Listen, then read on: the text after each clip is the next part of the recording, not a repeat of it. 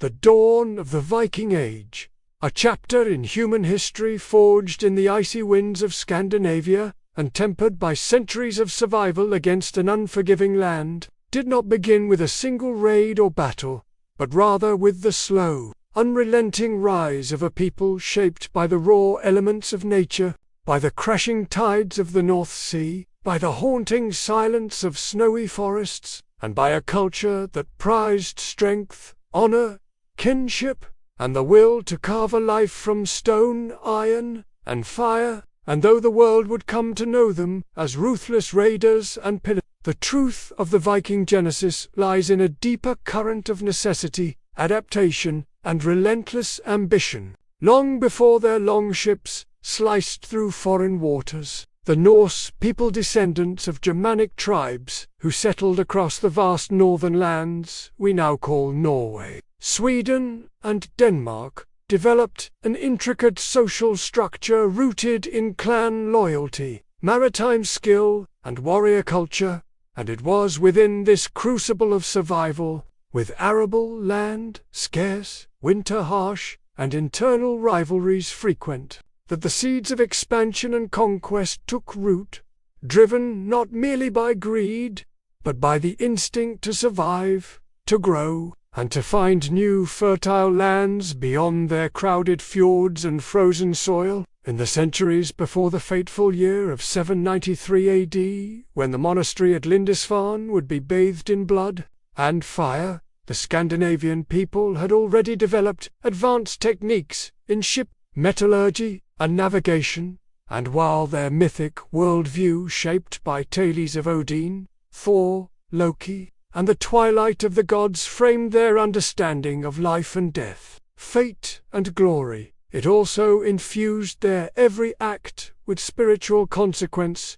making war not just a necessity but a sacred undertaking, a test of will against the tapestry woven by the Norse. These early Norse societies were not kingdoms in the traditional sense, but loose collections of chieftain-led communities, bound together by assemblies called things, where free men debated law, settled disputes, and upheld a culture that respected individual courage and communal duty, and though lacking in centralized power, they possessed a fierce internal cohesion, a warrior's pride, and a readiness to explore, all of which would soon erupt across the coasts of Europe like wildfire. One cannot speak of the Viking emergence without acknowledging the technological marvel that made it all possible. The longship, a masterpiece of engineering that allowed swift, shallow water travel, equipped with both sails and oars, enabling the Norse to raid, trade, and retreat with lightning speed. And it was through this innovation, combined with an uncanny sense of navigation using sunstones, landmarks, and stars, that the Vikings became not just seafarers, but rulers of the sea, capable of reaching as far as the British Isles, the Frankish coast, the Iberian Peninsula, and eventually even the shores of North America. Culturally, the Norsemen held values that might seem alien to the Christian kingdoms they would soon encounter, for their gods did not demand humility, but valor, did not promise paradise, but foretold doom in battle and the glory that came from meeting it with axe in hand, and this made the Norse worldview stark, poetic, and terrifying to outsiders, who could not fathom how a people could sail into certain death with joy on their lips, and war cries on their tongues, nor how they sang songs, not of peace, but of vengeance, destiny, and the sea. As trade networks expanded in the 7th and 8th centuries, and wealth began to pool in monastic centers and coastal towns across Europe, the temptation for plunder grew, especially as these distant lands were rich in silver, livestock, grain, and slaves' commodities, highly prized by Viking society, which had little interest in the religious icons of Christianity, but every desire for the material riches that sustained power and status back home. And so, as these monasteries grew in opulence, standing largely undefended and laden with treasure, They became beacons, not of salvation, but of opportunity, and the keen observers of weakness prepared their sails. In Denmark, the consolidation of power by early kings like Gudfred signaled a shift toward more unified military efforts, while in Sweden trade with the Slavic and Byzantine worlds had begun to enrich eastern routes, and in Norway the rugged fostered a culture of shipbuilding and navigation so sophisticated that even today archaeologists marvel at the remains of vessels like the Oseberg and Gokstad ships, which reflect a society not of primitive barbarians, but of masterful artisans, engineers, and storytellers who etched dragons into wood and runes into stone, speaking silently across centuries. Though Norse raiders had undoubtedly tested their strength in prior skirmishes, small-scale coastal raids in Frisia, or clashes with Saxon neighbours, it was the sacking of Lindisfarne in 793 A. that the chroniclers of Christendom would remember as the true beginning of the Viking Age. For, in that moment, when the Northmen came with blades in hand and mercy left behind, striking not a fortress but a holy sanctuary,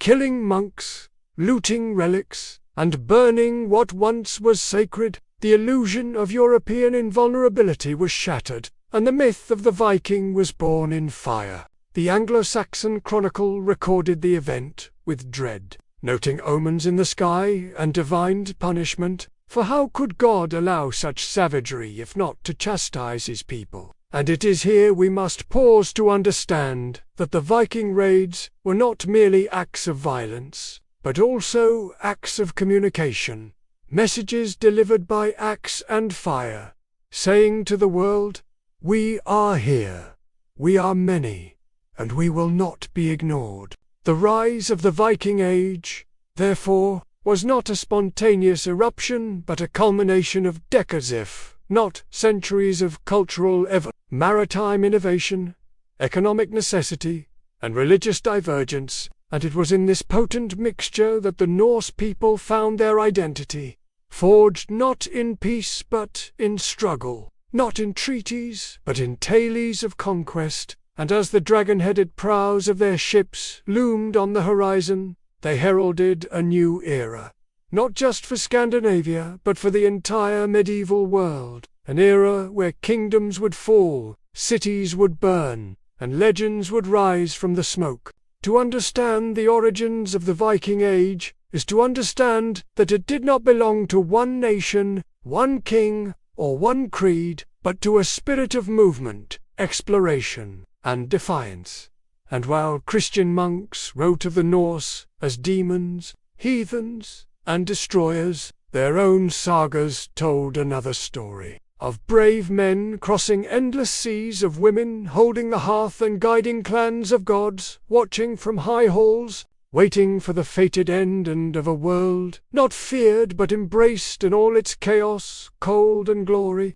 This age, born of fjord and flame, would soon stretch its arms from the icy capes of Greenland to the rivers of Kiev, from the storm-swept isles of Scotland to the sunlit coasts of Sicily, and though it began in whispers of wind and wood, it would echo like thunder across a continent unprepared for the storm to come. The roar of the North Sea, relentless and cold, battered the shores of Britain long before the arrival of the Northmen. But on a morning in the summer of 793 A.D., the waves carried more than mere salt and wind, for from the horizon emerged sleek, dragon-prowed ships, manned by men with iron in their hands and fire in their hearts, men who had sailed from the fjords of Norway not to trade, not to negotiate, but to strike fear into the very soul of Christendom. And when their feet touched the holy soil of Lindisfarne,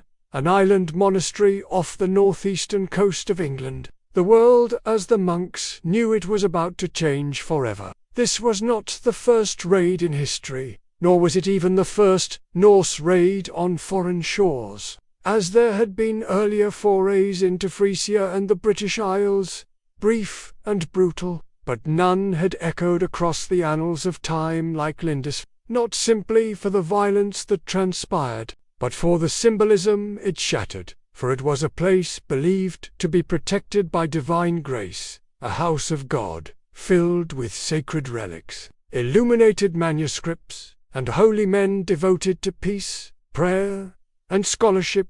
And yet the Vikings came with no reverence, no hesitation, no fear of the Christian God, and as they slaughtered the monks, desecrated the altars, and carried away gold, silver, and captives, the message they delivered was not one of negotiation, but of domination. The Anglo-Saxon Chronicle recorded the terror with grim reverence, noting that fiery dragons were seen flying in the sky and that a great famine soon followed. And while modern historians may dismiss the dragons as omens or exaggeration, it reflects the horror and incomprehension that gripped the minds of those who witnessed the first full fury of the Viking tide, a tide that would only grow stronger, broader, and more ferocious as the years unfolded, because the success of Lindisfarne was not just in its plunder but in its simplicity, easy targets, weak defences, rich rewards, and no retribution. Soon, word of the raid and its spoils would reach other clans across the Scandinavian world, and like fire catching dry timber, it would ignite the ambitions of countless jarls and chiefs who saw in the West not just wealth but destiny, and so more ships were built, more warriors were gathered, and the coasts of England, Ireland, and the Frankish Empire began to feel the sting of axes and the smoke of burning thatch. For the Norse had discovered a truth as old as war itself, that fear is a currency more valuable than gold, and that a reputation for savagery often opened doors faster than any key. Over the next 2 decades, the raids escalated in both frequency and ferocity, shifting from isolated attacks on monasteries to broader campaigns that targeted towns, villages, and trading ports, and the Viking bands grew in number with dozens of ships, forming fleets that moved like schools of sharks through the waters of the North Atlantic, striking where the enemy was weakest, avoiding protracted battles and disappearing before retaliation could be mustered, and in doing so, they perfected a form of warfare that baffled the more rigid military structures of their enemies, who struggled to defend an entire coastline from attackers who needed no port, no road, no map, only wind and tide. The kingdom of Northumbria, once a beacon of Christian learning and monastic culture, became one of the first consistent targets, and following Lindisfarne, the Vikings raided the monastery at Jarrow in 794, Iona in 795, and repeated their assaults with merciless regularity in the years that followed. And though some communities began to construct defences or hide their treasures, many were simply unable to withstand the unpredictability and mobility of the Norsemen, who struck not for conquest, at least not yet, but for resources, reputation, and blood. Ireland, too, found itself in the path of the storm, and the first recorded Viking raid on Irish soil occurred in 795 at Rathlin Island, where the monks were slain and their sanctuary pillaged, and as in England, the pattern continued. Attacks on Armagh, Glendalough, and Inishma followed, and by 820 the Vikings had begun to overwinter in Ireland, establishing semi-permanent camps near coastal settlements, a chilling sign that what had once been seasonal incursions were evolving into something far more enduring, something that hinted at colonization, control, and a long-term vision that extended beyond mere looting. The Frankish Empire, under the rule of Charlemagne and later his descendants, was not spared either, as the longships soon began to probe the mouths of great rivers. Either Seine, the Loire, the Gironde, used them as highways into the heart of France, raiding towns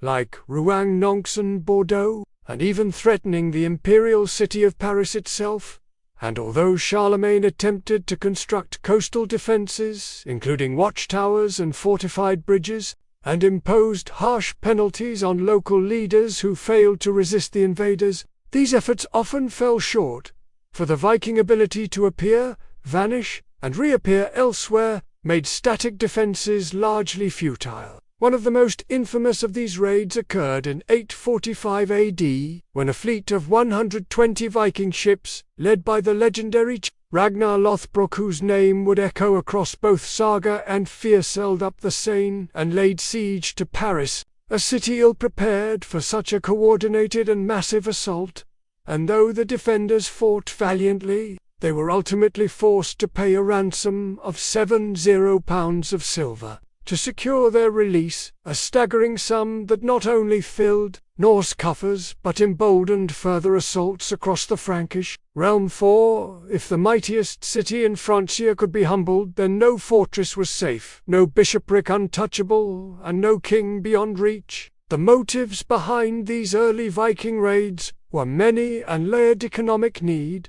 social mobility, prestige, political pressure, religious contempt, and even the exile of troublesome young warriors seeking fame and fortune abroad. But they all shared a common thread: the pursuit of opportunity through strength, and the rejection of stagnation in favor of motion, action, and conquest. And in this they were aided by a society that glorified such endeavors, that rewarded bravery, celebrated success in war, and passed down tales of heroes who crossed oceans and returned with silver, slaves, and stories worthy of song. But not all raids ended in triumph, and not all voyages returned, for the sea was merciless. Storms claimed many ships, and foreign resistance, though slow to organize, eventually began to push back with local militias, forming kings mustering armies and defences, improving particularly in England, where the Kingdom of Wessex, under rulers like Egbert, and later Alfred, would begin to forge a response that was both military and ideological, framing the Viking threat not just as a political problem, but as a spiritual war between Christian civilization and heathen barbarism, a dichotomy that would come to define the narrative of the Viking Age in the minds of many European chroniclers. Yet in truth, the Vikings were more than raiders. They were explorers, traders, and settlers as well. And as they established footholds in places like Dublin, York, and the Shetland Islands, they began to integrate, influence, and in some cases dominate local cultures, blending Norse language, law, and custom with those of the conquered, creating hybrid societies that bore the marks of both axe and altar. And it is this duality, savage destroyers on one hand, cunning builders on the other, that makes the Viking Age so complex, so enduring, and so fascinating. By 850 AD, what had begun as sporadic plundering had matured into a full-fledged phenomenon, with entire fleets launching coordinated campaigns across multiple kingdoms, with warbands wintering in enemy territory and establishing permanent bases, with Norse leaders carving out realms and demanding tribute, and with the rest of Europe slowly waking to the realization that the Viking threat was not a passing storm but a new and permanent reality, one that would reshape the political, cultural, and economic map of the medieval world. These early raids, though often dismissed as mere piracy, were in fact the opening moves of a broader game, a chessboard of shifting power, expanding ambition, and clashing civilizations. And in them we see not just chaos, but strategy, not just brutality, but vision, not just destruction, but the first foundations of a Norse-dominated century. The sea, ever the Vikings' ally, continued to carry them forward, to new lands, to new battles, to new legends, and though the monasteries could be rebuilt, and the dead buried, the fear remained, deep in the hearts of kings and commoners alike, for the question that haunted every coast, every harbour, every riverbank was no longer if the Northmen would return, but when, and return they would, with larger armies, with bolder goals, and with dreams, not just of raiding, but of ruling. As the 9th century unfolded and the echoes of burning monasteries and coasts rippled through the Western world, it became clear that the Norsemen, those wild-eyed warriors from across the sea, had no intention of fading back into the fog of their northern homelands. For what had begun as lightning raids upon unguarded religious outposts was evolving into something far more permanent, calculated, and transformative, and in the western lands of England, Ireland, and Scotland, the Vikings shifted from mere invaders to rulers, settlers, and power brokers, reshaping kingdoms, rewriting borders, and embedding their language, law, and legacy deep into the soil of the Isles. The British Isles, fragmented and vulnerable, presented a tempting mosaic of opportunity for Viking expansion, not merely because of their wealth or fertile land, but because of their political disunity, for in England alone there existed four major kingdoms: Northumbria, Mercia, East Anglia, and Wessex, each with its own crown, its own ambitions, and its own weaknesses. And while the kings of these realms bickered, battled, and struggled for supremacy, the Norse seized their chance, not by marching in columns or laying formal sieges, but by descending like wolves upon sheep, swift, brutal, and unrelenting, exploiting the rivers, the coasts, and the confusion to carve their path across the land. It was in 865 AD that the tide of Viking presence in England surged into a new and terrifying form, for in that year arrived what the Anglo-Saxons would call the Great Heathen Army, a force unlike any previous raiding party. A coalition of Norse warriors, led by fearsome chieftains among them, Ivar the Boneless, Halfdan Ragnarsson, and other names that, whether mythic or real, stirred dread in the hearts of monks and monarchs alike. And this army did not come to raid and retreat, but to conquer, to occupy, and to dominate, and it swept across the land with a fury that left smoking towns and shattered kingdoms in its wake.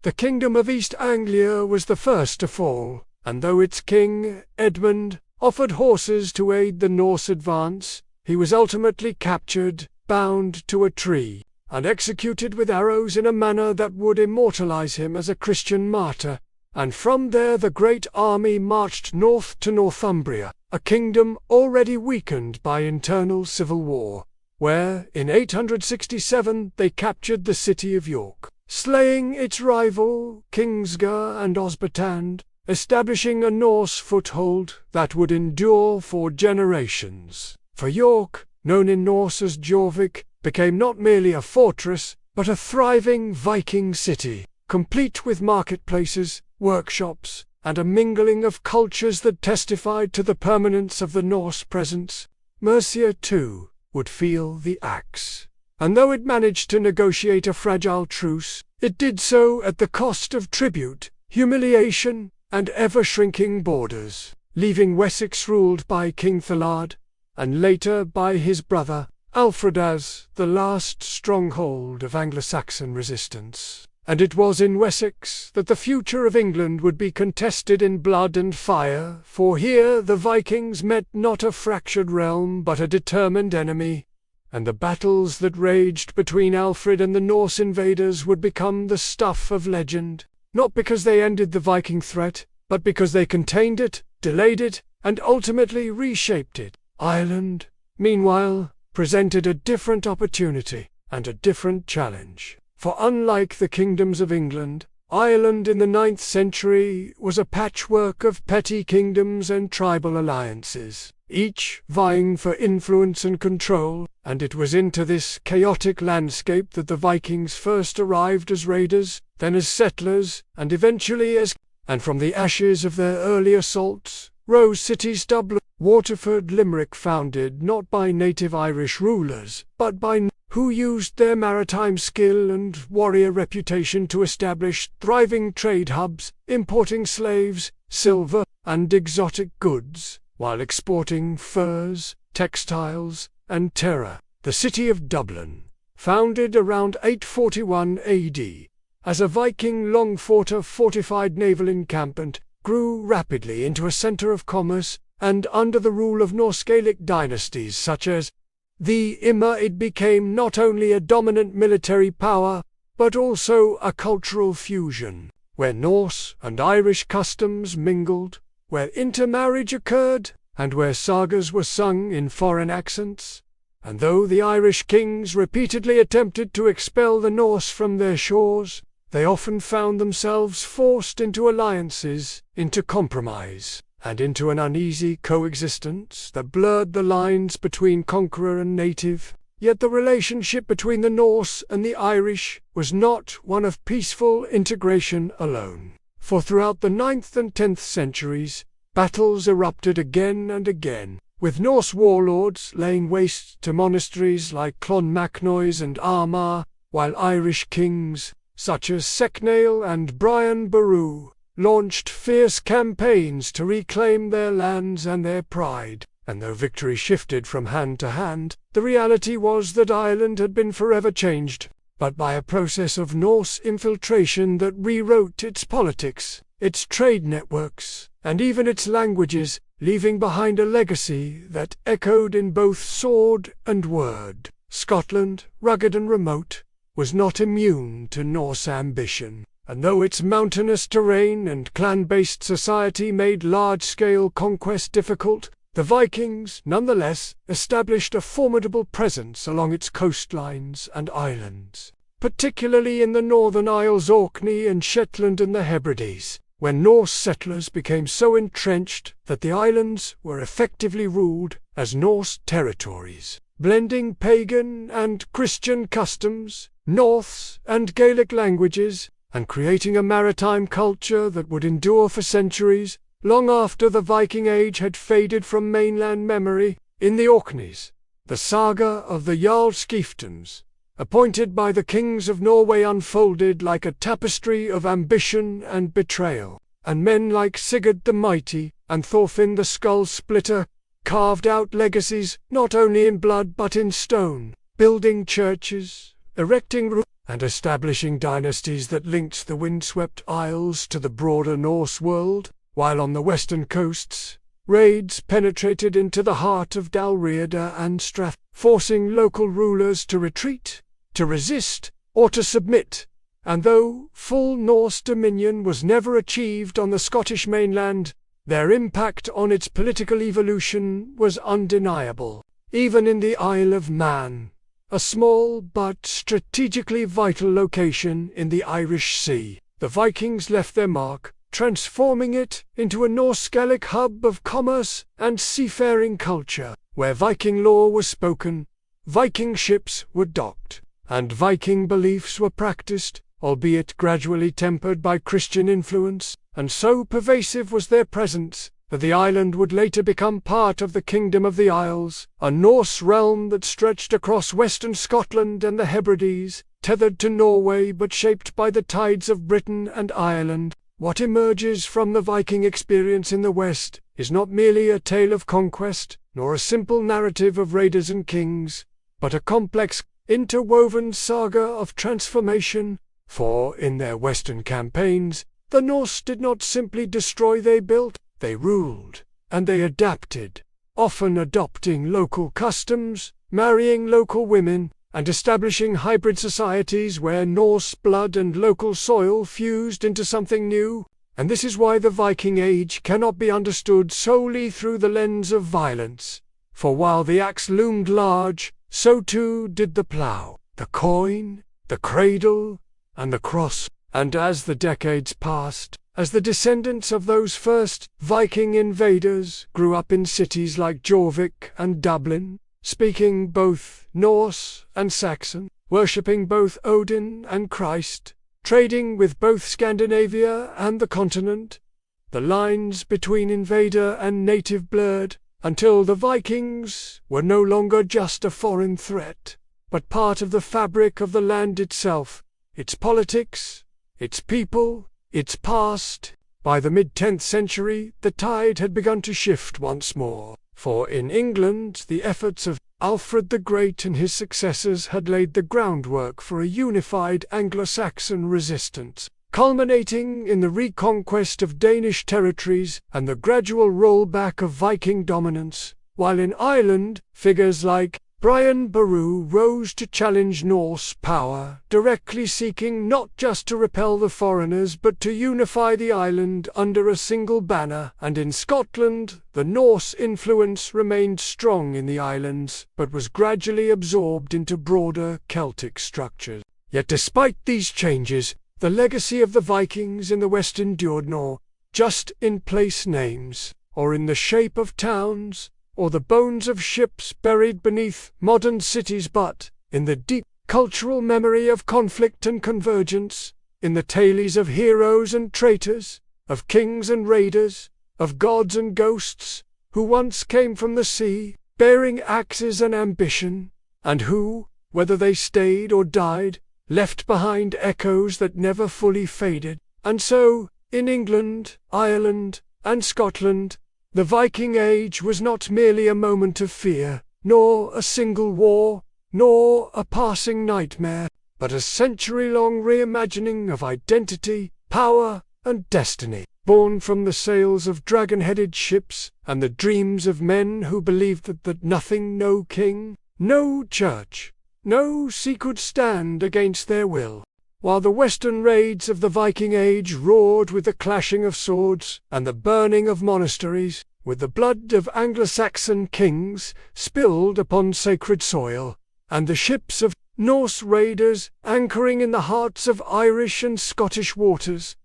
there was another Viking story, one no less important, no less fierce, and no less drenched in myth and power, that unfolded not toward the cold winds of the Atlantic, but toward the vast and mysterious rivers of the East, where the forests stretched endlessly, where trade routes carved through unfamiliar lands, and where the Norse would not merely plunder, but evolve, becoming something else entirely, a people known not as Vikings or Norse, but as the Rus, whose legacy would give birth to empires, to nations, and to names still spoken today with awe and reverence. From the coasts of Sweden, where pine-covered islands whispered of forgotten gods, and the Baltic Sea lapped at the shores of ambition, young warriors, traders, and explorers began to turn their gaze southward and eastward, driven not only by the promise of silver and slaves,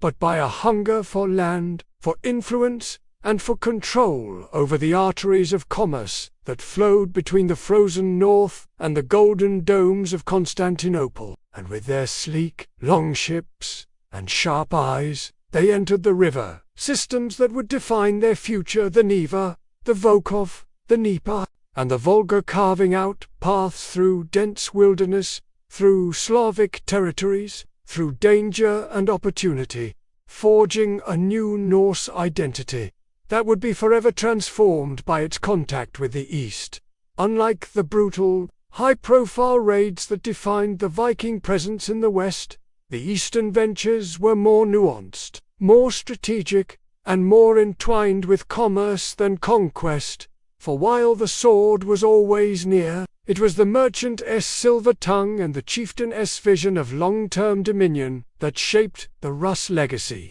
And from the very beginning, the Norse who came down the rivers understood that to master these lands, they would need to do more than raider. They would need to govern, to integrate, and to rule. And so they did, slowly but decisively, blending with local Slavic tribes, marrying into native families, adopting customs, learning languages, and laying the foundation of a new political entity that would, in time, become the Kafan Rus. The earliest known mention of these Norsemen turned Rus appears in the Primary Chronicle, a medieval Slavic text that tells the story of a people who invited the name used for Norsemen in the East to come and bring order to their feuding lands.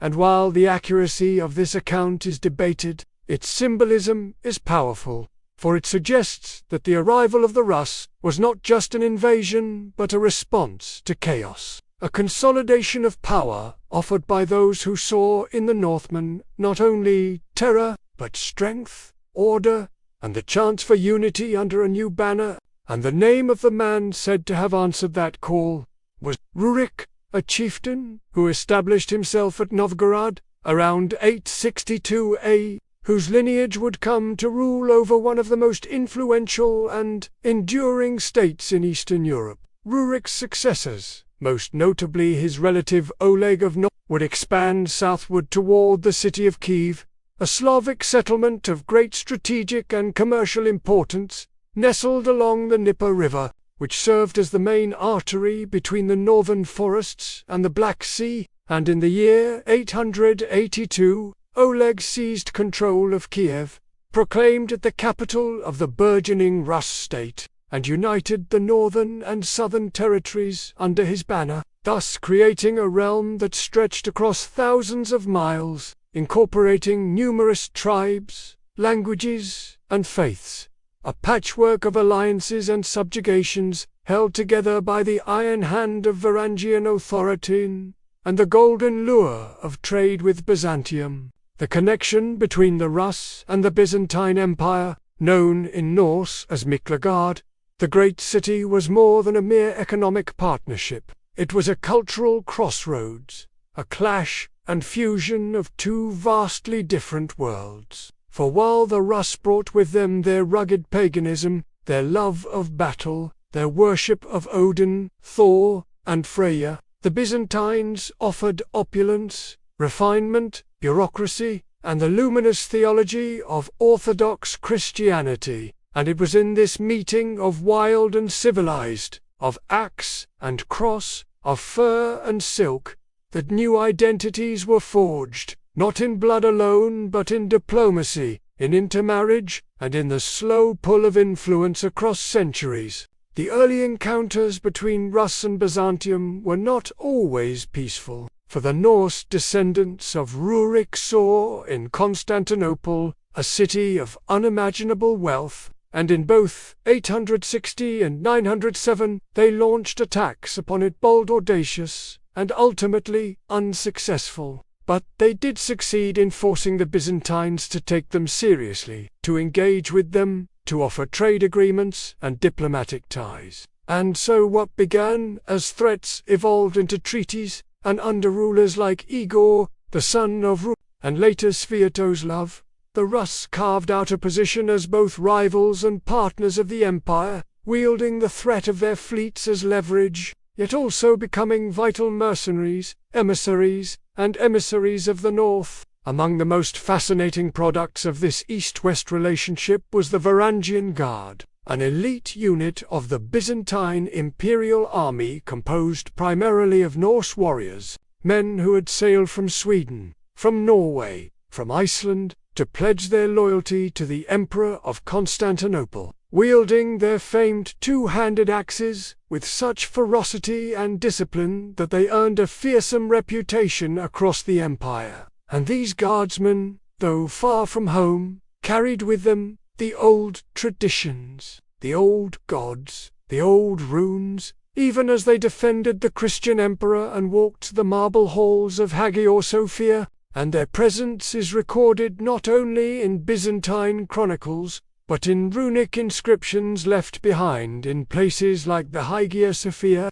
itself silent echoes of a forgotten brotherhood that spanned continents. Meanwhile, within the Rus state, the Norse rulers continued to expand their reach, conducting military campaigns not only against the Byzantines, but also against the Khazars and various Slavic tribes, asserting their dominance over the trade routes that connected the Baltic to the Black Sea, taxing merchants, building fortresses, and establishing an infrastructure of tribute and military might that laid the groundwork for and by the mid-10th century, rulers like Princess Olga, widow of Igor, began to consolidate political structures, administer legal codes, and even explore religious conversion out of piety alone. But as a strategic move to align with the great powers of Christendom, Olga's baptism in Constantinople, around 957, whether sincere or symbolic,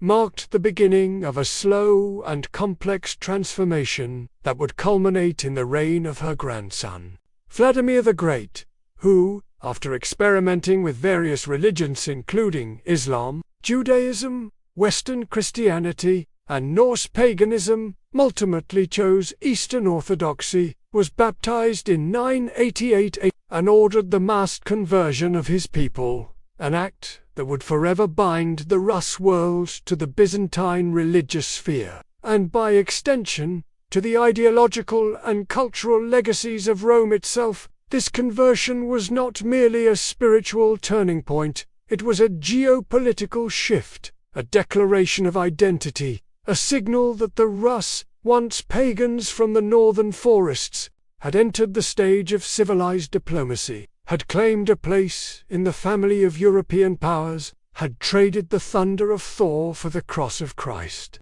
And though paganism would continue to echo in rural practices, in folk tales, in hidden shrines and whispered prayers, the official mask of the Rus had changed, and beneath that mask was a face both Norse and Slavic, both warrior and prince. The capital of Kiev, now a glittering center of commerce, faith, and politics, stood as the jewel of this hybrid civilization, its markets filled with goods from Scandinavia, Byzantium, the Islamic caliphates, and the steppe nomads, its churches adorned with icons and incense, its princes educated in both the art of war and the diplomacy of empire, and the longships, once symbols of chaos and destruction, now served as instruments of trade and tribute, carrying goods instead of fire, ambassadors instead of raiders, scrolls instead of swords, though the axe was never far from reach.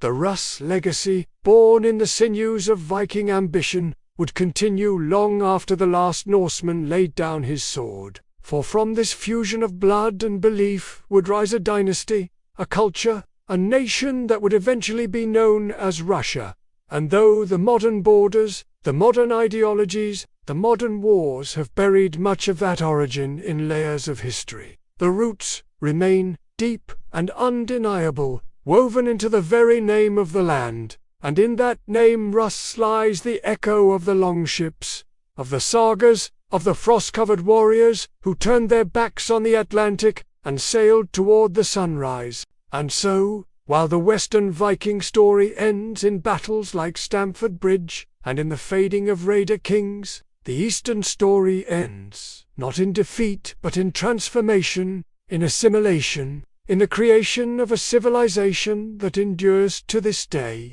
its identity forged, not in monasteries burned, but in cities built, rivers ruled, and faiths adopted, a legacy less violent perhaps, but no less profound, for it shows that the Vikings were not merely destroyers of worlds, but builders of them too. As the Viking Age thundered across the coasts of Britain, echoed through the rivers of the East, and carved its legacy in blood and silver upon the pages of European memory, there emerged a quieter, though no less profound, chapter of Norse expansion, one not solely marked by fire, conquest, or gold, but by the indomitable spirit of exploration, by the yearning for freedom from kings and crowded lands, and by the courage to cross uncharted waters in search of new homes, new farms, and new horizons. And it was this spirit, born of necessity,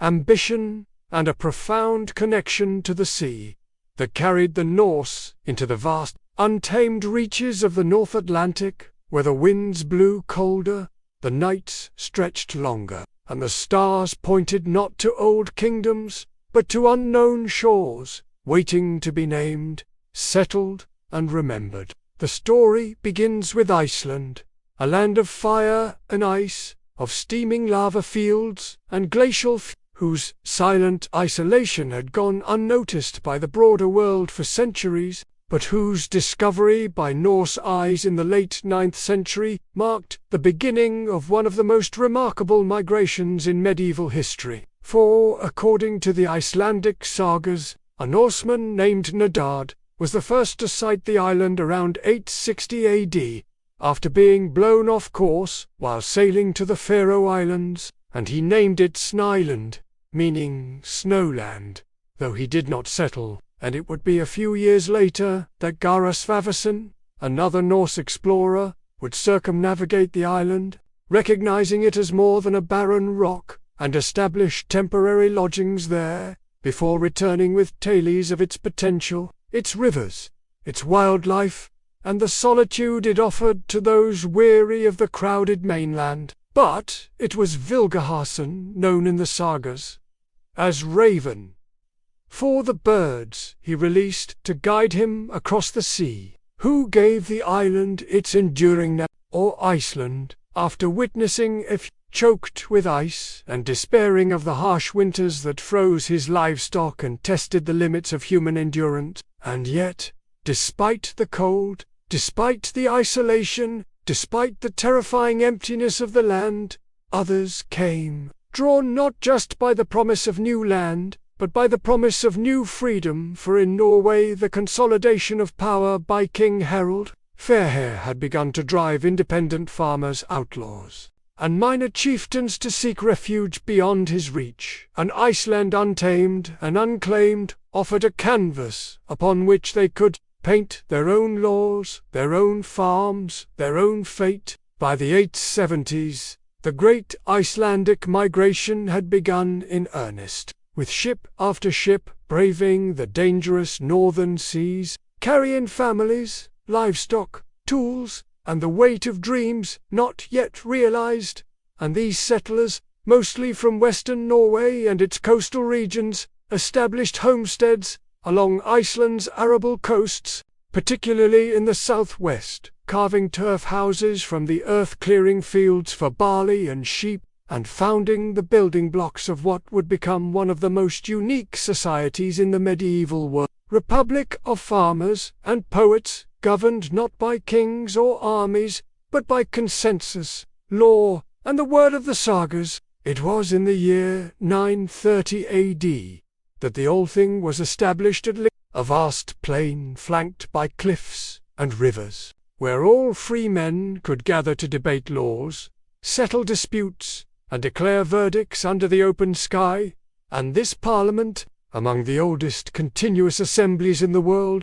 reflected the fiercely independent spirit of the Icelandic settlers, who, though born of a warrior culture, chose to rule themselves through deliberation and storytelling, and whose legal system, based on oral tradition and the authority of elected law speakers, would inspire admiration and confusion in equal measure from outsiders. But Iceland was not just a land of law, it was a land of saga, of epic memory, of generational tales passed from hearth to hearth, inscribed centuries later on calfskin, and preserved with meticulous reverence. And in these sagas, the Landnámabók, the Egil's saga, the S-saga, we find not only the history of the island's settlement, but its soul, a mirror into the Norse mind, where honor and fate, feud and forgiveness, gods and ghosts all walk side by side,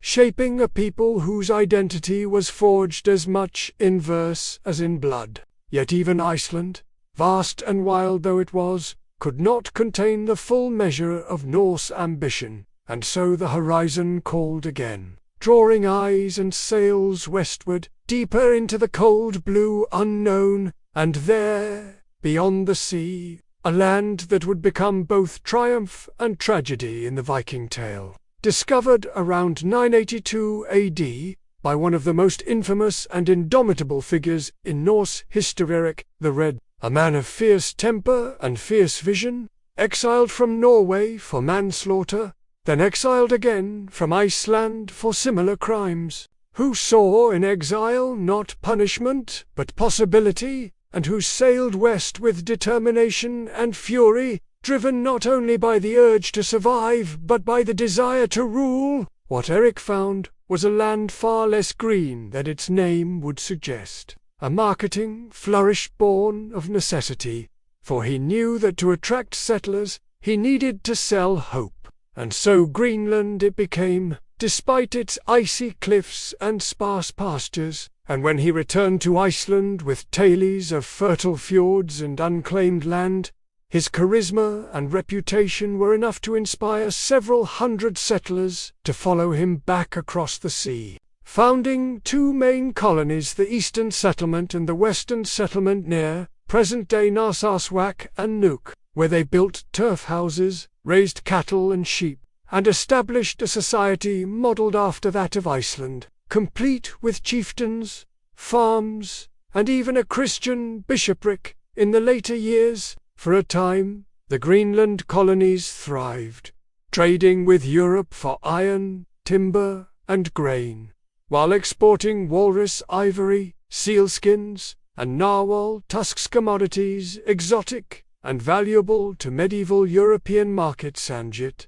beneath the surface, cracks began to form, as the settlers struggled with isolation, a harsh climate, soil too thin for sustained agriculture, and periodic tension with the indigenous Thule peoples, ancestors of the modern Inuit, whose way of life adapted to ice and wind differed profoundly from that of the Norse farmers, and whose presence added a new layer of complexity to the Norse experience in the Arctic frontier. Still, the Norse endured, holding on to Greenland for nearly 500 years, despite the odds, despite the silence that grew louder as trade routes waned, and communication with Europe faltered, and though the reasons for the eventual collapse of the Greenland colonies remain debated, climate change, soil degradation, isolation, conflict, cultural inflexibility, or a combination thereof, their disappearance left behind only ruins, bones, and questions, a haunting reminder that even the boldest of ventures can fade into the ice, swallowed not by sword, but by time. And yet the story does not end there, for there was one final push westward, one last daring leap into the unknown that would place the Norse in the annals of global exploration long before the age of Columbus, and that was the voyage to Vinland, a land of forests, rivers, grapes, and promise, a land we now believe to have been part of North America, most likely the shores of Newfoundland or the Gulf of St. Lawrence, first sighted and explored by Bayadne around 985 AD, after being blown off course while sailing from Iceland to Greenland, and later visited and settled, however briefly, by Leif Erikson, the son of Eric the Red, whose journeys are preserved in the saga of the Greenlanders and the saga of Eric the Red. Leif's expedition, undertaken around the year 1000 AD, led to the establishment of a small settlement at a place called Ear or Leifasbooths, believed by many scholars to correspond with the archaeological site at Lonso Meadows in Newfoundland, where the remains of Norse-style buildings, iron nails, and artifacts attest to a Norse presence on the continent centuries before Columbus. And though this settlement was short-lived, plagued by conflict with indigenous peoples, whom the sagas call the and by the sheer logistical challenge of sustaining such a remote outpost, it stands as a monument to the Viking spirit of exploration, of daring, of sailing into the abyss with nothing but wind, wood, and will. The Norse presence in Vinland was fleeting, no more than a few decades at most, and while later expeditions were attempted, the cost, the danger, and the difficulty of maintaining ties with a land so distant and so perilous proved too great, and the settlement was abandoned. The dream folded back into the sagas, into memory, into myth, and yet its significance cannot be overstated, for it marks the first known European contact with the Americas, a chapter that rewrites the map of human movement and challenges the neat timelines of so-called discovery. And so, from the volcanic fields of Iceland, to the icy shores of Greenland, to the forested coasts of Vinland, the Vikings proved that their age was not just one of war and fire, but of migration, adaptation, and audacity. And though many of these colonies would vanish, their memory remains, etched into stone, sung into saga, and buried beneath the earth, waiting to be unearthed by archaeologists, by poets, by those who still look to the sea and wonder what lies beyond the edge.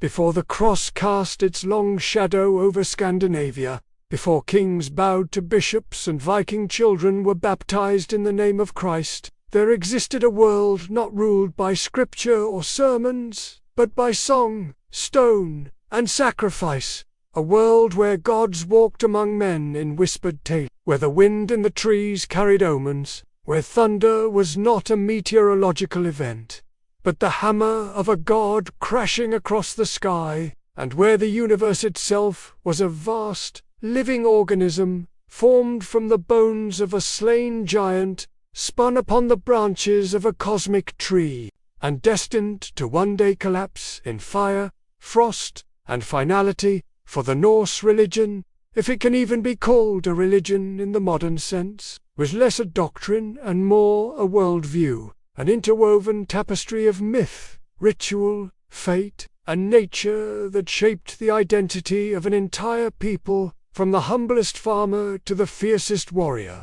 The heart of Norse belief beat within Yggdrasil, the great world tree, whose roots reached into the deepest realms of existence, and whose branches extended into the heavens, connecting all things the mortal, the divine, the damned, and the unknown. And it was upon this tree, according to myth, that Odin, the Ulf, hung himself for 9 days and 9 nights, pierced by his own spear, denying himself food and drink, in pursuit not of conquest but of wisdom, and it was in this deathless suffering that he glimpsed the runes, the sacred symbols of knowledge, magic, and fate, which he seized and brought back to the world of men. And thus did the Norse inherit not commandments carved into tablets, but characters carved into wood and stone, each one a key to unlocking the hidden forces of the cosmos, each one a whisper from the void.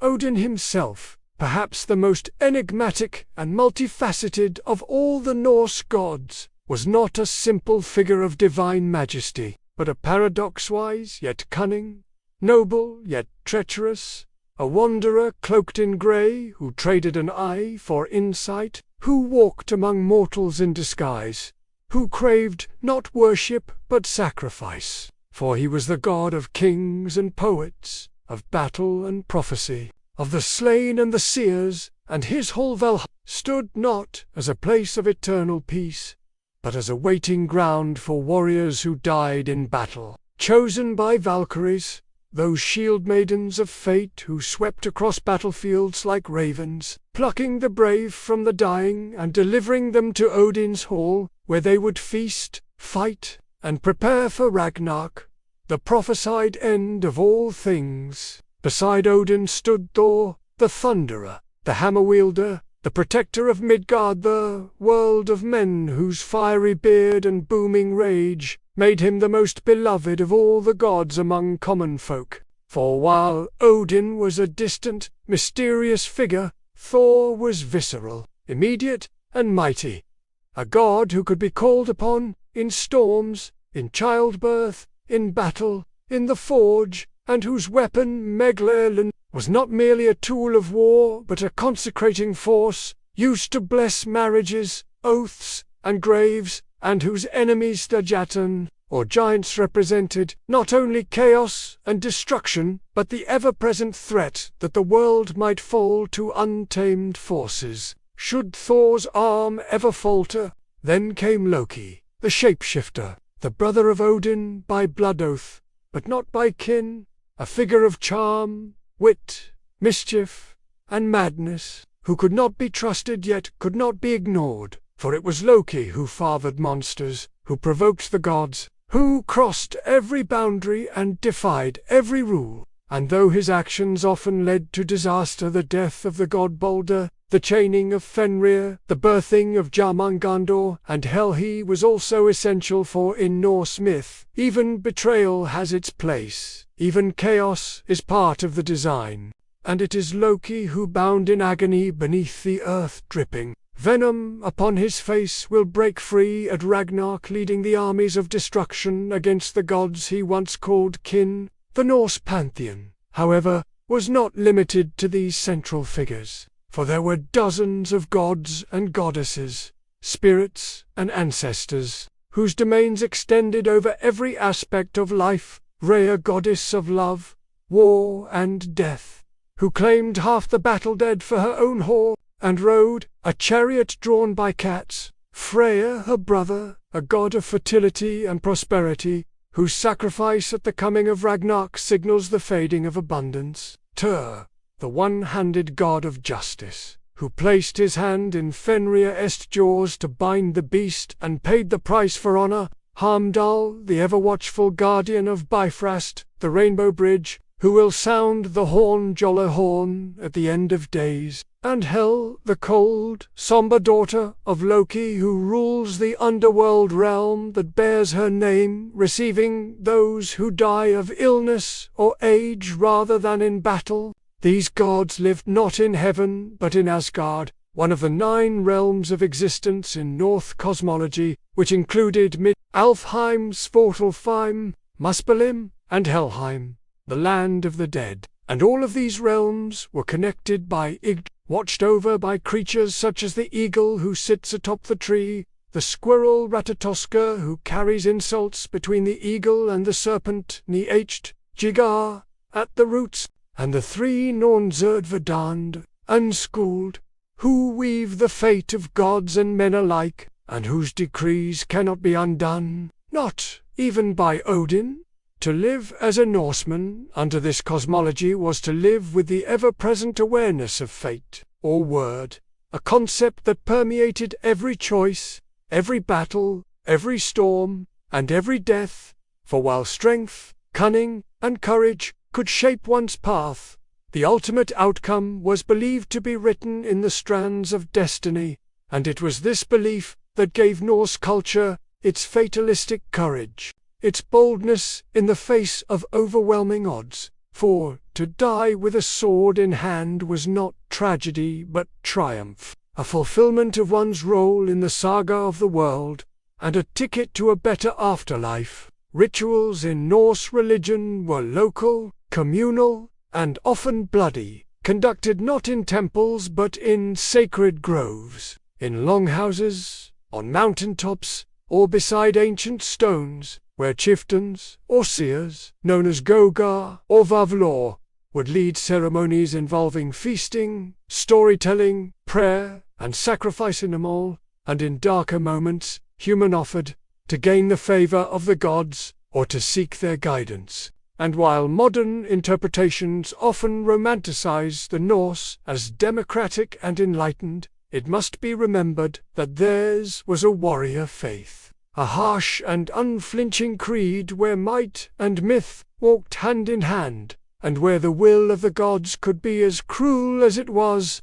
One of the most sacred aspects of Norse culture was the use of runes, not merely as an alphabet, but as a system of magical symbols imbued with power, meaning, and mystery. And though the Elder Futhark named for its first 6 letters was used for carving names, marking graves, and recording deeds, it was also used for divination, for charms, for spells, and for carving into weapons and amulets to invoke protection, victory, or vengeance, and a knowledge of how to read and interpret these runes was reserved for the wise, the gifted, and sometimes the mad, for to wield runes was to touch the raw current of creation, and to misread them was to invite doom. And beyond the gods, beyond the runes, there was the Landvater, the spirits of place, who inhabited forests, mountains, rivers, and stones,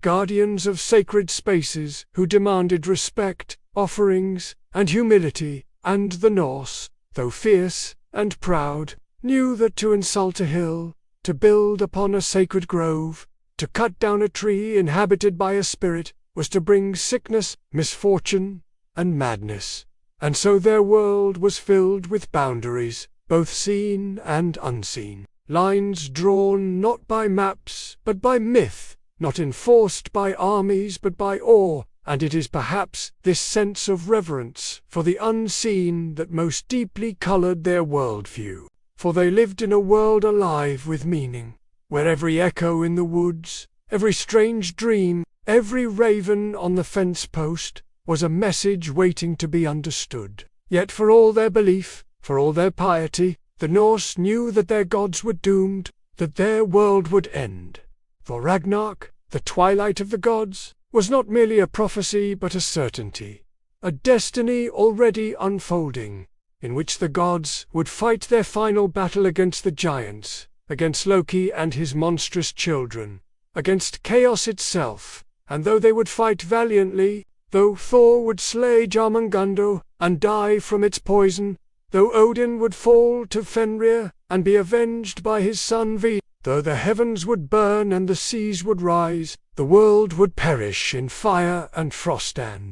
yet, from the ashes, a new world would rise, green and reborn, where the surviving gods would gather, where two humans would emerge from a hidden grove, and where the cycle would begin again, not as salvation, but as renewal. And it is here, perhaps, that the greatest truth of Norse belief can be found, not in endless bliss, not in submission to divine will, but in the courage to stand, to fight, to laugh in the face of doom, to meet death not as an end, but as a chapter in a saga that never truly ends. And it was this truth that shaped the Viking Age, that filled longships with warriors who feared no storm, who feared no enemy, who feared no grave, because their fate was already written, their deaths already sung, and their names already whispered by the Norns. As the 9th century gave way to the 10th and the great tides of raiders, settlers, and explorers began to swell into something larger, more permanent, and more complex than simple plunder or seasonal warfare, the Viking world entered a period that historians have since called its Golden Age, a time when Norse influence, power, and identity reached their fullest expression, not only through the blade, the ship, or the saga, but through kingship, commerce, diplomacy, and a newly solidified sense of purpose that saw Viking chieftains rise to the level of Viking ports become cities, and Viking ambition reach across seas not just to burn but to build, not just to conquer but to govern, not just to roam but to rule. And it was during this extraordinary era, from roughly 900 to 988, that the Vikings stood not as scattered raiders on the edges of Europe's vision, but as dominant forces in the heart of the medieval world. In England, the Viking presence had evolved from a tide of terror into a settled dominion, especially in the Danelaw, that broad swath of eastern and northern England carved out through decades of conquest, treaties, and settlement by Norse warlords and their descendants, and here, towns like York, Lincoln, Derby, Nottingham,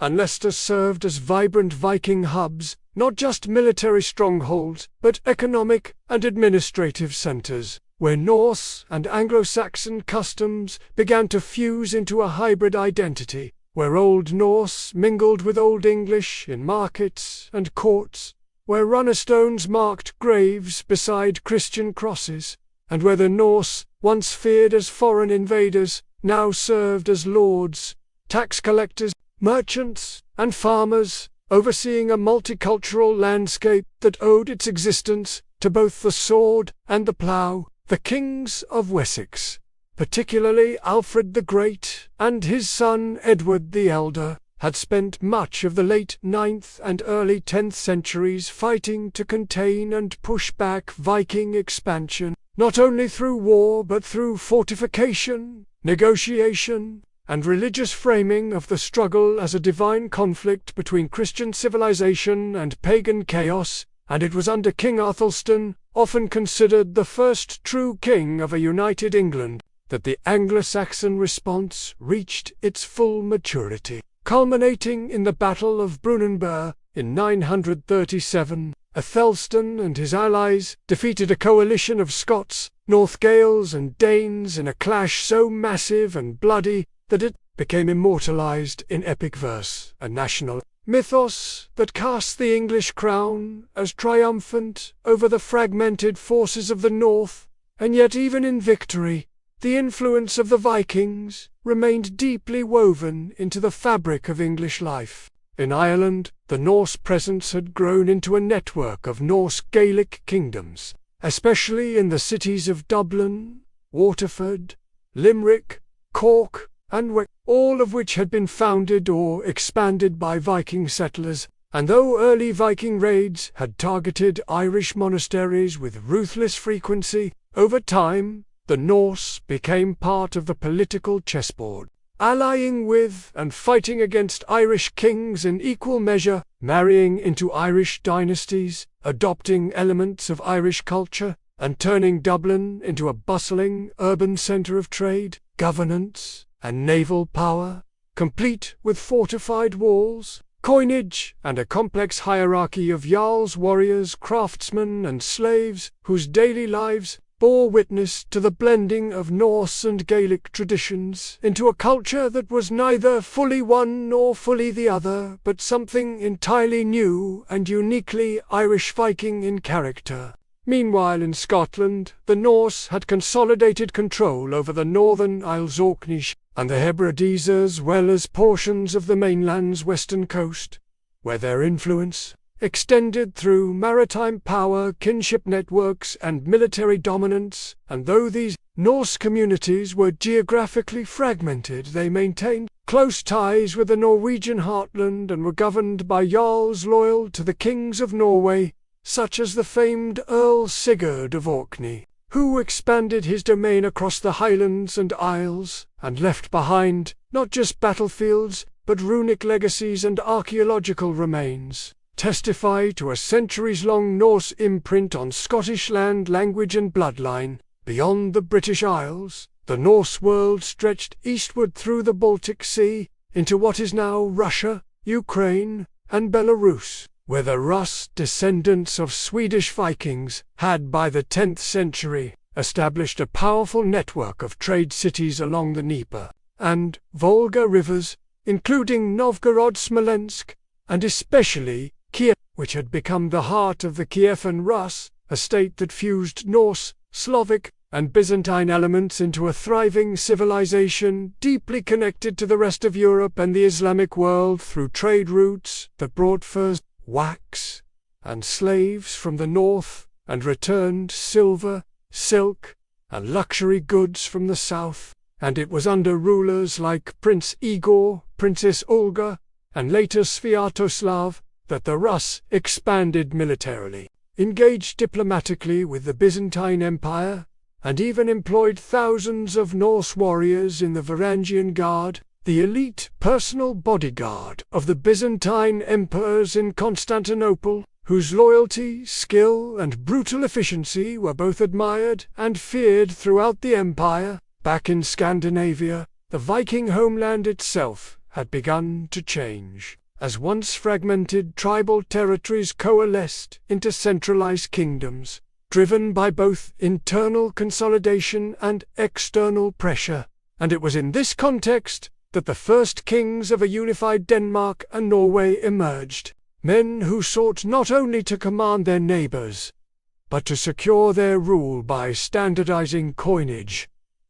religious control, and forging foreign alliances. And among these kings none was more emblematic of the Viking Golden Age than Harald, Bluetooth of Denmark, who reigned from the mid-10th century and whose achievements Christianizing his kingdom, uniting Danish tribes, and erecting the famous Jelling stones to proclaim his power represent a critical turning point in Viking history. For while Harald was still very much a warrior king, he was also a ruler of permanence, of record, of stone and cross, rather than just sword and sea. Norway, too, saw the rise of royal consolidation under kings like Harald, who, according to saga tradition, vowed not to cut his hair until he had unified the entire country, and whose campaigns against rival jarls and coastal chieftains laid the groundwork for a more unified Norwegian kingdom.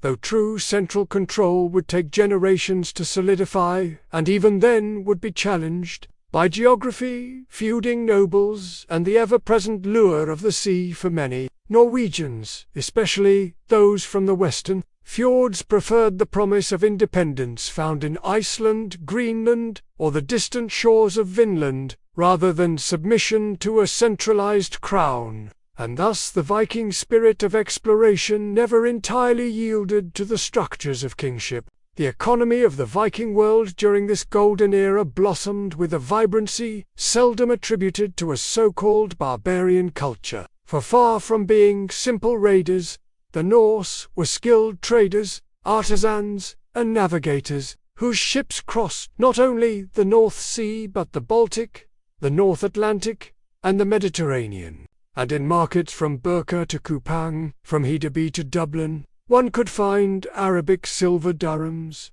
Frankish swords, Byzantine silks, Slavic slaves, and Nordic walrus, ivory, all moving through a system lubricated not only by violence but by trust, reputation, and commercial acumen. And in this economic sphere, women played a larger role than in many contemporary European societies, managing households, farms, trade accounts, and even participating directly in mercantile exchange, as shown by grave goods that include weights, scales, and key symbols of authority and prosperity. The cultural life of the Norse in this golden age was equally rich, and while the oral tradition still dominated, especially through the skaldic poetry performed by court poets who composed complex verses of praise, satire, or memorial in strict metric forms, the beginnings of written Norse culture were also taking root, particularly in Iceland, where the preservation of sagas, laws, and mythology in later centuries can be traced back to this era of identity formation and cultural pride.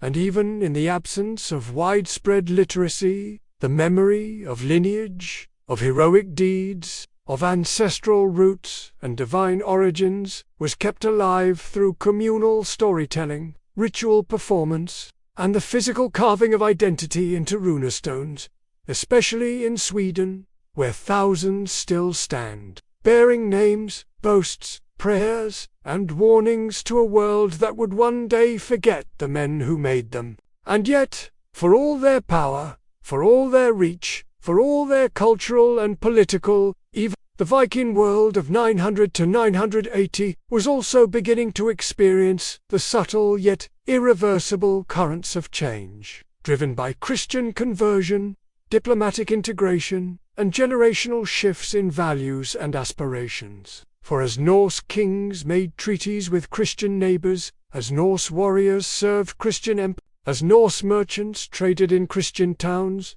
the pressure to conform religiously, politically, and culturally grew steadily, and while conversion was not always sincere or immediate, the strategic adoption of Christianity, first by kings like Harald Hardrada, then by their successors, created a domino effect across the Norse world. As baptism became a political act, churches were built alongside Hof temples, and the cross began to share space with Magallanir on amulets worn by men who lived in both worlds. The golden age of Viking power, then,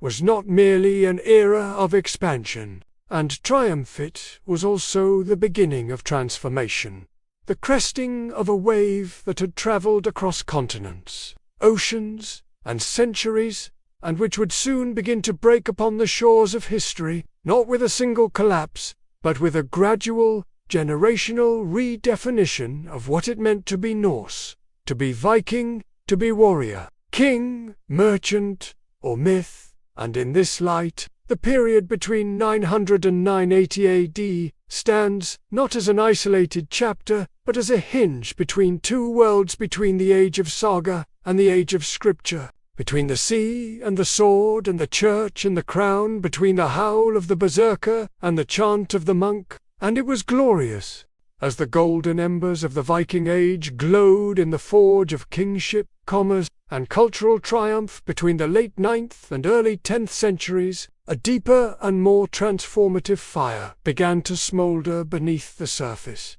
One not born of steel or sea, but of spirit and submission, of worldviews colliding, of altars contested and gods replaced, for the Viking world, long defined by its fierce independence, its animistic reverence, and its mythic cosmology rooted in the 9 realms and the twilight of the gods, was about to face its most profound challenge, not from enemy swords or foreign invaders, but from a singular idea carried across Europe on parchment and crucifix, an idea that would unravel the weave of Yggdrasil, dethrone Odin from his high seat, and replace the runes with the word, the mead of poetry with the bread of communion, and the cycle of Ragnarok with the promise of salvation. And this idea, as relentless as the tides that once carried Norse ships to foreign shores, was Christianity. The conflict between Norse paganism and Christianity was not,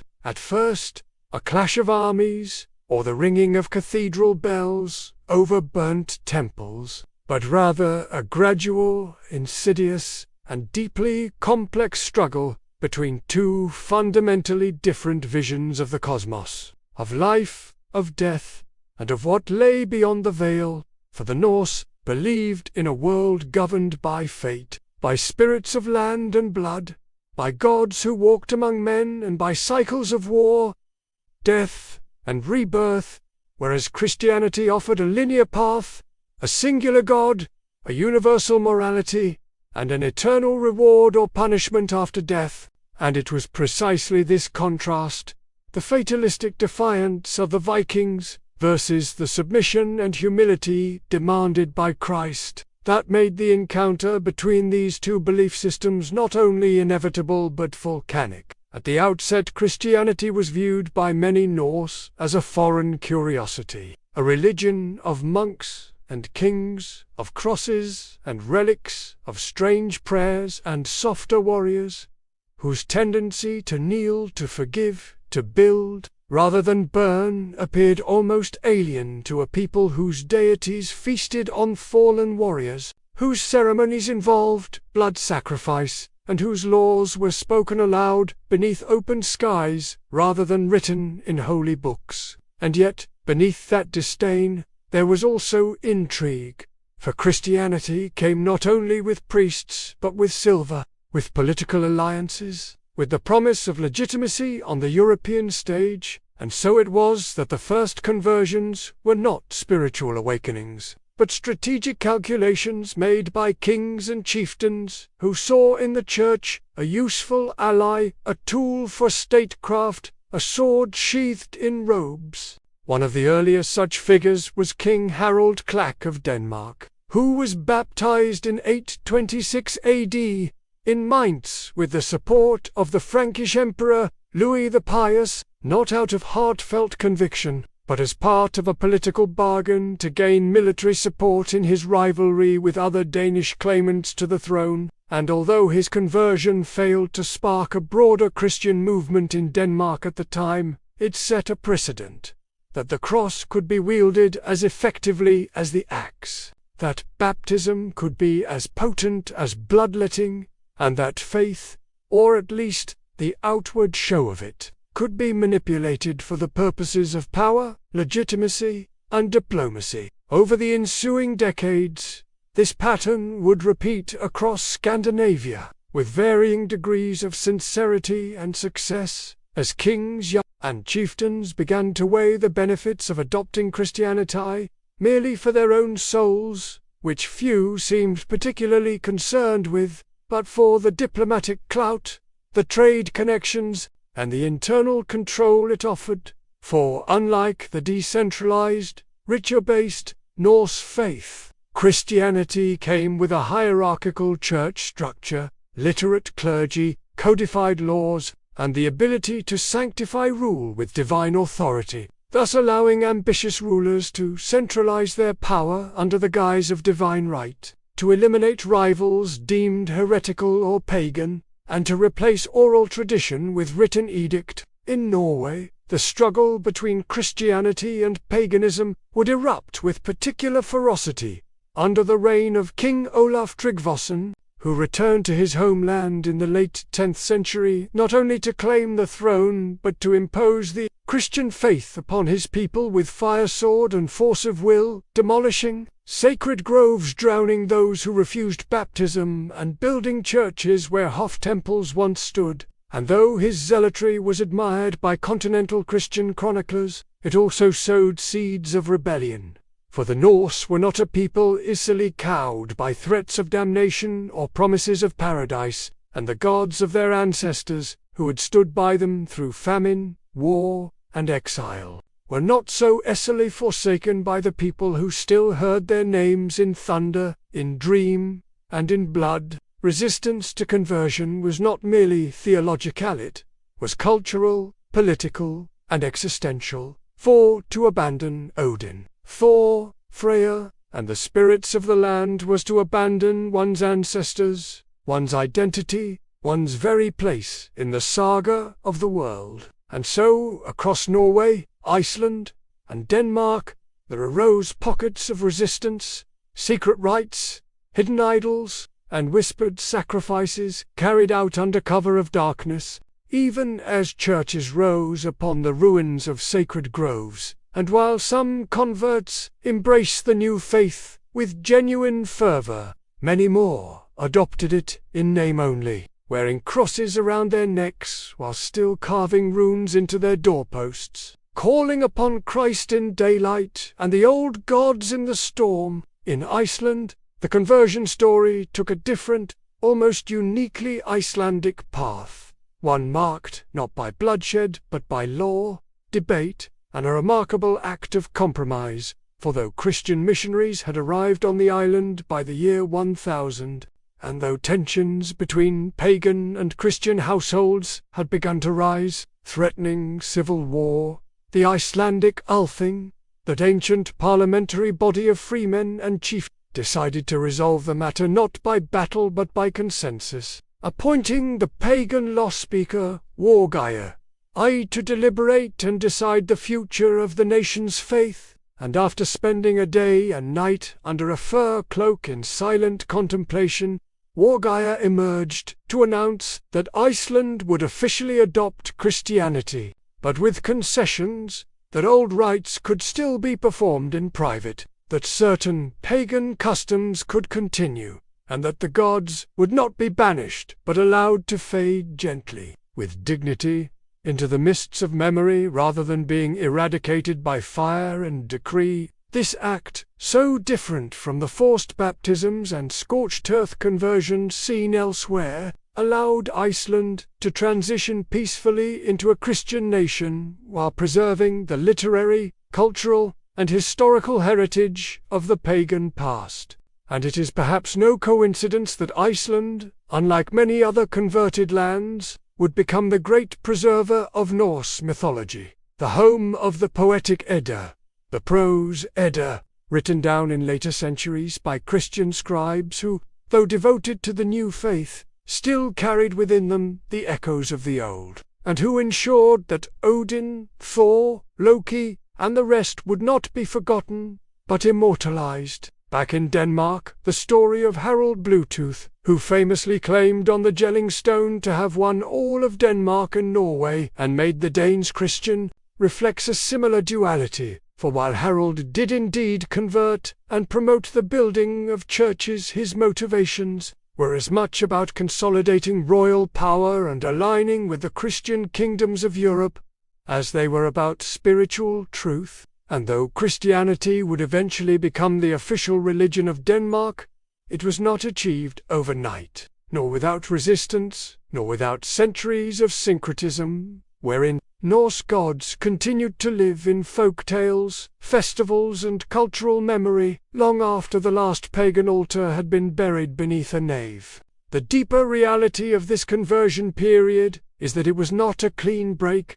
but a slow, uneven process, often spanning generations, wherein pagan and Christian elements coexisted, clashed, and blended in complex and often contradictory ways, resulting in a uniquely Scandinavian Christianity that bore the marks of its predecessors in everything from church design to burial customs, from seasonal festivals to lingering beliefs in spirits, elves, trolls, and fate, and even in theology, where the stern warrior image of Christ, the judge, resonated more powerfully with Norse sensibilities than the humble suffering Christ of earlier missionary teachings, leading to localized iconography that depicted Christ as a triumphant warrior king hammer, raised eyes blazing not unlike Thor himself. And so the conversion of the Viking world was not an end but a transformation, a reweaving of the mythic tapestry, a process that saw the gods of old recast as demons,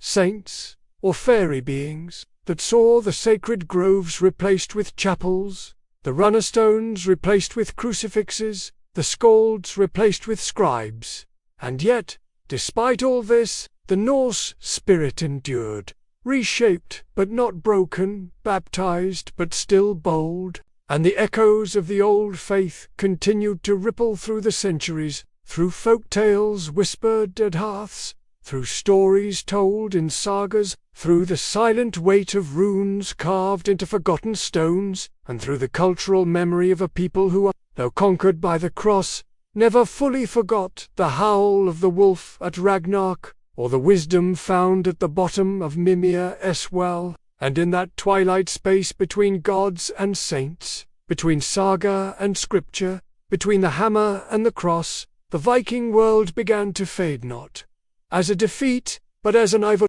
As the 11th century dawned over a Europe now trembling on the edge of transformation, with its kingdoms slowly hardening into permanence, its churches rising higher and its borders beginning to crystallize beneath the banners of kings and popes, the world that had once seemed wide open to the prow of a longship began, ever so slightly, to change. And though the Viking spirit had not vanished, and though the axe still gleamed, and the sail still billowed, and the hunger for conquest had not yet cooled, the tides of time were beginning to pull in another direction, and the final chapter of Viking expansion, glory, and dominion would unfold not as the beginning of something new, but as the last blaze of a long-burning fire, a fire that, before it was finally extinguished in the fields of England, would scorch empires, topple thrones, and echo one last time with the thunder of hooves, the roar of battle cries, and the silence that follows the fall of kings.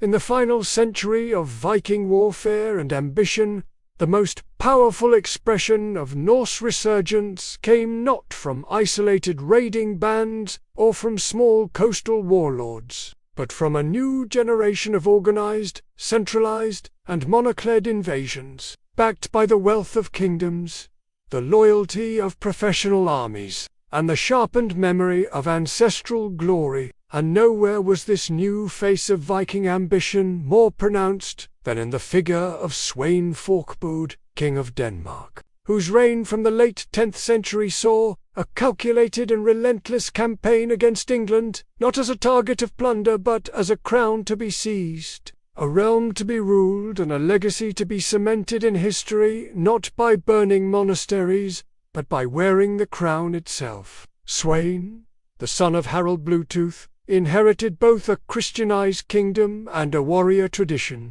and he wielded both with ruthless efficiency, building a powerful fleet, forging alliances with other Norse leaders, and launching a series of invasions against the English coasts, beginning in the 980s, taking advantage of political instability, poor leadership under King Tellard, the unready and widespread unrest. And while the early stages of these invasions followed the familiar pattern of raids, terror, and danageld payments, those massive ransoms paid by desperate English rulers to make the Norse go away, the scale and frequency soon escalated, with entire regions falling under Norse control and the English treasury groaning beneath the weight of silver that could have armed armies, but instead was spent to buy temporary peace. Yet peace did not come, for Sweyn had greater ambitions, and in the winter of 1013, after years of increasing dominance,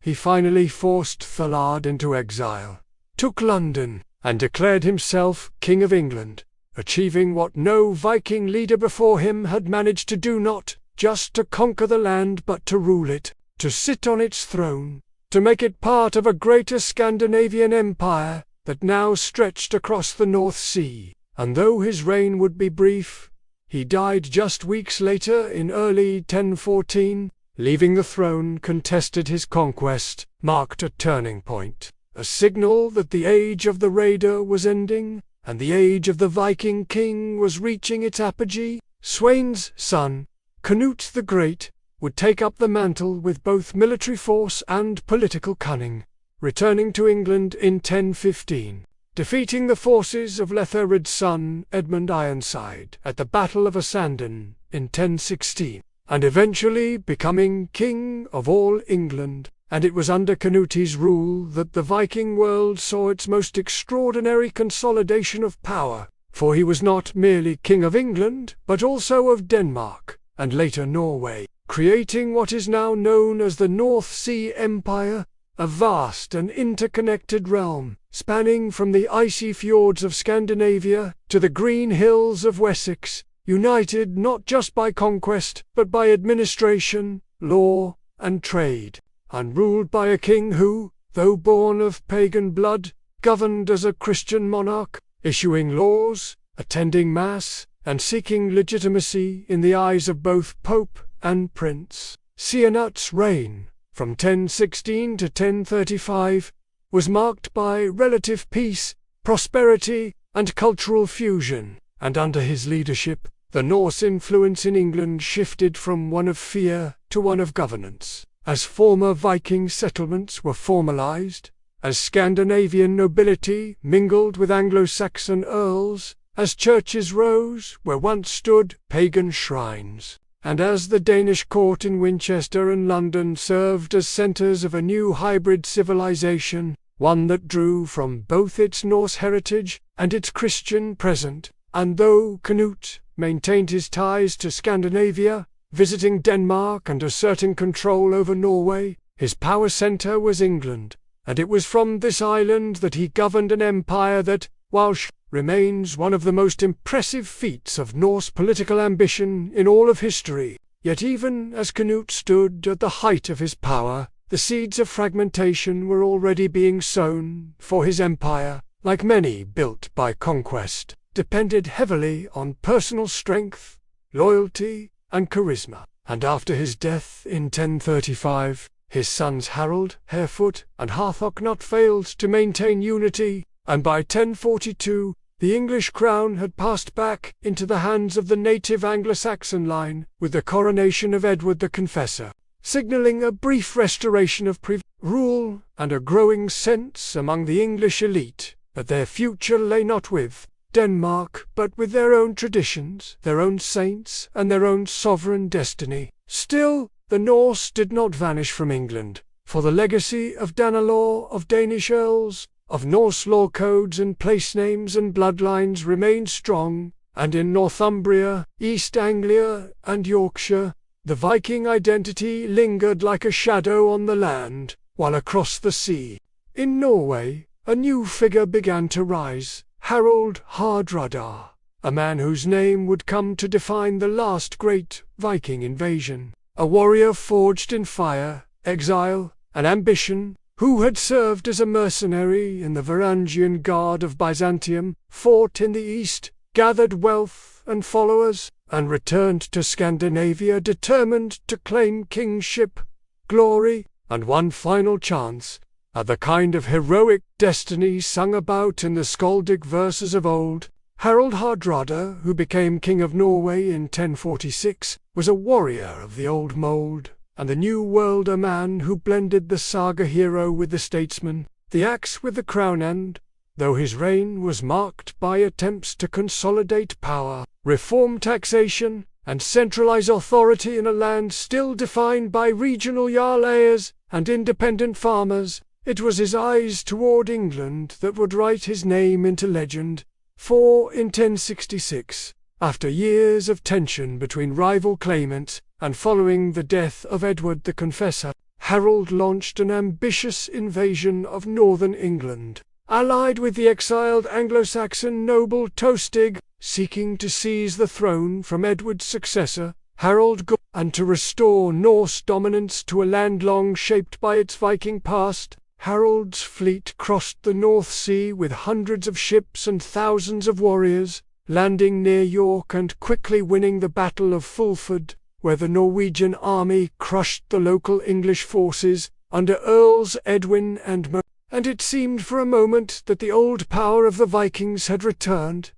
that the dream of another North Sea empire was within reach, that the gods of war had blessed the old blood one more time. But fate had other plans, and at the Battle of Stamford Bridge on September 25, 1066, just days later, Harold's forces were surprised by the rapid advance of King Harold Godwinson's army, which had marched north from London in record time, and in the brutal melee that followed, Harald Hardrada was slain, struck by an arrow to the throat while fighting in the thick of the shield wall, and his army was broken, his ships burned. His dream ended not in triumph, but in tragedy. The Battle of Stamford Bridge is often marked by historians as the end of the Viking, not simply because of the death of Harald Hardrada, but because of what followed for only weeks later. Harold Godwinson himself would fall at the Battle of Hastings, defeated by William the Conqueror, Duke of Normandy, whose own lineage traced back to Viking settlers descendants of Rollo, the Norse chieftain, who had been granted land by the Frankish king in 911 AD, and founded what would become Normandy, the land of the Northmen. And thus, in a strange and poetic twist, the Viking Age did not end in defeat by outsiders, but in conquest by their own sons, transformed by time, language, and religion, yet still carrying in their blood the legacy of the Lord. By the close of the 11th century, the world the Vikings had once known of open seas, unguarded coasts, fragmented kingdoms, and gods of thunder and more had given way to a world of castles, feudalism, centralized monarchies, and Christian uniformity, a world where the axe gave way to the sword, where the gods gave way to the saints, and where the wild freedom of the seafarer, the outlaw, the explorer, was slowly confined within the borders of kingdoms, laws, and church decrees. But the story did not vanish, for the sagas remained, the runnerstones stood, the echoes of Norse speech lingered in place names and dialects, and the tales of Ragnar, of Ivar, of Leif, of Eric, of Canety, and of Harald Hardrada continued to be told, passed down, transformed, and remembered, not as fading memories, but as the foundation of a heritage that refused to die, that refused to bow, that refused to be forgotten. And in this way, even as the last Viking died upon a battlefield far from home, the age of the Vikings lived, and not in raids, not in crowns, not in fire, but in the blood and breath of the North. By the year 1066, the world that had once trembled at the mere sight of a carved dragon prow cutting through the morning mist, the same world that had watched helplessly as monasteries were plundered, as towns were set aflame, as kingdoms were reshaped and bloodlines shattered by axe and fire, had changed in ways both profound and irreversible for the Northmen, those fierce warriors of the sea, those wanderers of ice and smoke, had spent nearly 3 centuries storming the gates of Christendom, carving their names into the edges of maps and the hearts of frightened kings. And now, as the 11th century neared its final third, the tide that had once risen from the fjords and surged across the coasts of England, Ireland, France, and Russia was at last beginning to ebb, not in sudden defeat or single battle, but through a gradual transformation of belief, of power, of purpose, and of identity, until the Vikinger, true sea-born raider, the wild axe-wielding outlaw of sagas and skaldic verse, became less a living force, and more a memory, less a threat, and more a story told beside a heart. And yet, even in their fading, they cast long shadows across the lands they once conquered, the cultures they reshaped, and the languages they helped to forge. The Battle of Stamford Bridge, fought on the 25th of September 1066, on a quiet stretch of northern English countryside near the city of York, is often cited by historians as the final nail in the sagabond coffin of the Viking Age, and though battles are rarely so neat in their symbolism, this one was undeniably significant, for it was there that Harald Hardrada, the last great Viking king, the thunder-hearted warrior who had sailed rivers in the east, fought in the palaces of Byzantium, commanded men in the deserts of the Levant, and ruled Norway with a firm and storied hand, fell in the midst of a shield wall, pierced by an arrow, cut down in the prime of his ambition, as he and his forces attempted to seize the English crown from Harold Godwinson, the Anglo-Saxon king who, in a feat of endurance and resolve, had marched his army northward in days to confront the invaders, and who met them not with trembling fear but with steel, with resolve, and with a determination to protect what remained of England's fragile unity. Harald Hardrada's death marked more than just the end of a campaign, more than the end of a single life, for with him died the last attempt by a Scandinavian monarch to impose Viking rule on the English throne by force, and the nature of his death heroic, tragic, inevitable seemed drawn from the pages of a saga, echoing the fatalism of Ragnarok, of great men falling before their time, of warriors who fought not because they believed they could win, but because it was in their nature to fight, to strive, to burn brightly before being extinguished. And as the Norse survivors fled back to their ships, leaving behind the bodies of their king, their nobles, and nearly two-thirds of their army, the age of Viking invasions, of transcontinental raids, of Norse empires built by sword and sail, was truly over. And yet, in one of history's strange and poetic twists, this battle, which is often portrayed as the end of the Viking Age, was followed a mere 3 weeks later by another battle, fought not against Scandinavians from Norway, but against their descendants from Normandy, a land whose very name means Northman's land, a duchy born from the Treaty of St. Clair Seret in 911, when the Frankish king Charles the Simple had granted land to the Viking chieftain Rollo in exchange for loyalty and conversion to Christianity. And it was Rollo's great-great-grandson William, Duke of Normandy, known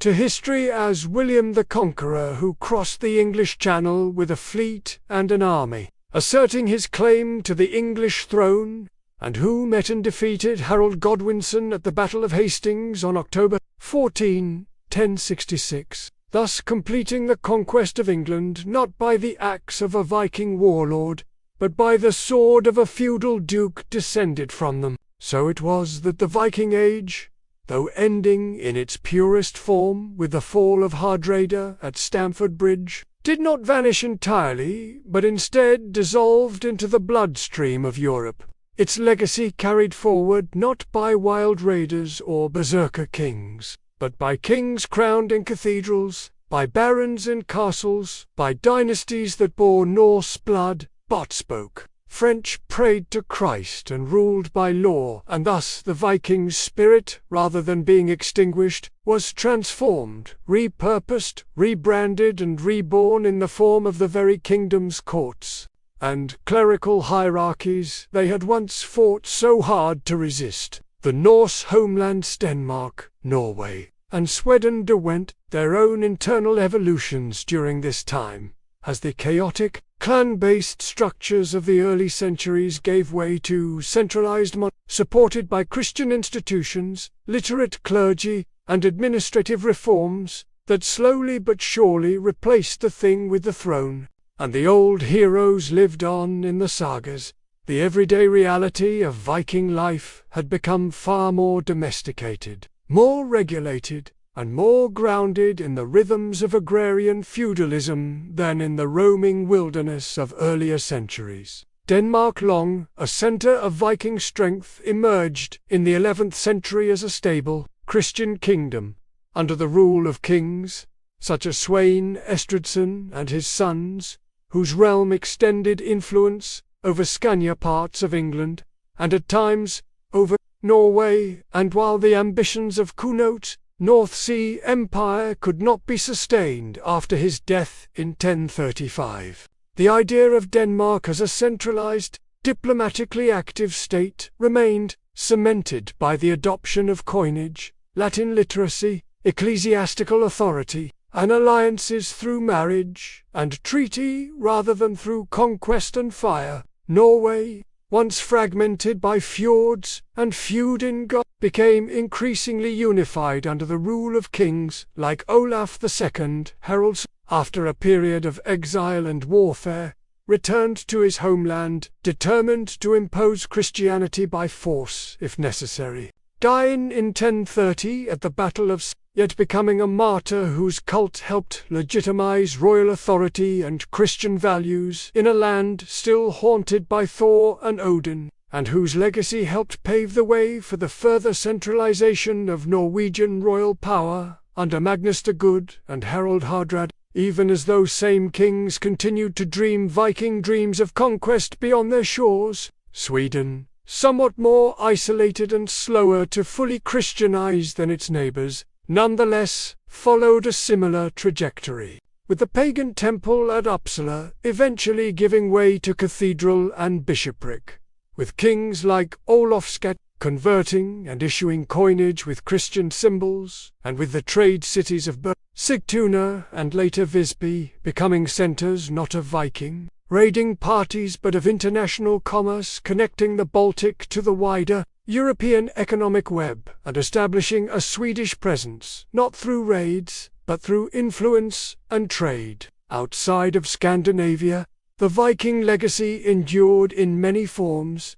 from the Danelaw regions of England, where Norse language, law, and landholding patterns shaped local culture for centuries, to the North Gaelic lords of Ireland, Scotland, and the Isle of Man, who preserved elements of both worlds in their hybrid courts and traditions, to the sagas written in Iceland, that volcanic island of poets and lawmen, which became the great preserver of Norse myth, history, and imagination, capturing in ink what at once only lived in memory and voice, ensuring that the gods, heroes, and voyages of the Viking world would never fully disappear. Even in places like Russia, the influence of the Varangian Rus, those Swedish traders and warlords who sailed down the rivers to Byzantium and the Islamic world, laid the foundation for what would eventually become the Kievan Rus, and later the Russian state itself. And while the Norse character of that realm faded over generations, replaced by Slavic language, Orthodox faith, and Byzantine bureaucracy, the legacy of Rurik, Oleg, and Oga remained etched in the foundation myths of Eastern Europe, just as the Normans would go on to leave their mark not only on England but on Italy, Sicily, and even Jerusalem, as part of the Crusades, where the blood of Vikings marched beneath the banner of the cross. Culturally, linguistically, and genetically, the Viking world shaped Europe in ways that went far beyond the battlefield, influencing legal traditions, place names, dialects, and even aspects of medieval identity itself, for the idea of the explorer, the seaborne adventurer, and the man who carves his destiny with axe and oath became embedded in the medieval imagination and remains with us still, in stories, in national mythologies, in literature and cinema, in family names and genetic markers, in the rune stones that still stand in Scandinavian fields, and in the sagas that continue to be read and translated, not as relics, but as living texts. And so the Viking Age, though it ended with the thud of bodies on the muddy banks of the Derwent, though it faded with the clang of steel at Hastings, and though it was buried beneath the cathedrals of a new world that called itself Christian, lawful, and civilized, did not vanish, For no age truly ends if its stories are still told, its symbols still worn, and its blood still pulses in the veins of descendants who may not sail longships, but still dream of far horizons. In the end, the Vikings did not lose, they transformed.